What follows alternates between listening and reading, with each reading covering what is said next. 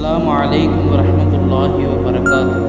அன்பார்ந்த இஸ்லாமிய சொந்தங்களே, நமது Dindigul Islamic media YouTube channel பார்வையாளர்களே, மக்களிடம் கண்ணியம் கிடைக்க ஓத வேண்டிய சூராவுடைய ஆயத்.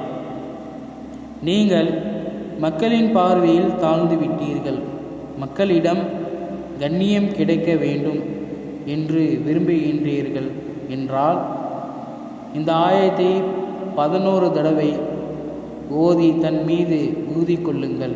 இன்ஷா அல்லாஹ் வெற்றி பெறுவீர்கள். ஃபசுபஹானல்லதி பியதிஹி மலக்கூத்து குல்லி ஷையும் வ இலைஹி துர்ஜஊன். எனவே எவனுடைய கைவசத்தில் ஒவ்வொரு பொருளின் அதிகாரம் இருக்கிறதோ அத்தகையவன் மகத்தூயவன், அவன் பக்கமே நீங்கள் மீட்டப்படுவீர்கள்.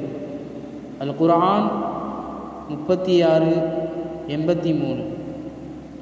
நாம் மக்களிடத்திலே கண்ணியம் கிடைக்க வேண்டும் என்று சொன்னால் இந்த சூறாவுடைய ஆயத்தை நாம் வளமையாக ஓதக்கூடியவர்களாக இருக்க வேண்டும்.